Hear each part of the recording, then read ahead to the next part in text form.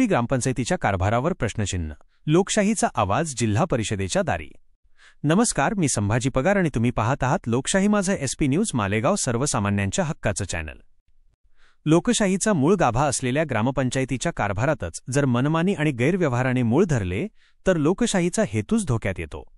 मालेगाव तालुक्यातील चंदनपुरी ग्रामपंचायतीच्या बाबतीत हेच घडत असल्याचे गंभीर आरोप समोर आले आहेत। येथील लोकशाही धडक मोर्चाचे कार्यकर्ते निलेश सोनवणे यांनी थेट नाशिक जिल्हा परिषदेचे मुख्य कार्यकारी अधिकारी CEO ओंकार पवार यांच्यासमोर या ग्रामपंचायतीच्या मनमानी कारभाराची पोलखोल केली आहे। या तक्रारीतून ग्रामसेवक कैलास अहिरे यांच्या कार्यपद्धतीवर गंभीर प्रश्नचिन्ह उभे राहिले आहे।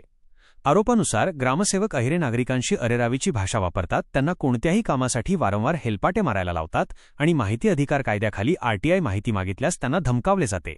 ही कृती लोकशाही मूल्यांच्या पूर्णपणे विरोधात आहे। ग्रामपंचायतीच्या प्रत्येक कामात पारदर्शकता ट्रान्सपरन्सी असणे आवश्यक असताना माहिती दडपण्याचा प्रयत्न होणे हे मोठा गैरव्यवहार दर्शवते।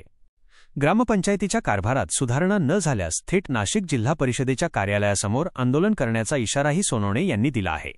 यामुळे आता जिल्हा परिषदेचे मुख्य कार्यकारी अधिकारी या प्रकरणाची दखल घेऊन नेमकी काय कारवाई करतात याकडे चंदनपुरी गावातील नागरिकांचे लक्ष लागून आहे। कोणत्याही विकास कामात किंवा निर्णयामध्ये नागरिकांना सहभागी करून घेणे अपेक्षित असताना असे अधिकारी जनतेलाच वेठीस धरत असतील तर गाव करील ते राव काय करील, ही म्हण येथे पोकळ ठरते।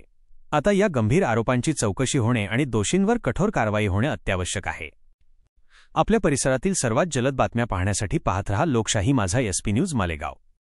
संभाजी पगार।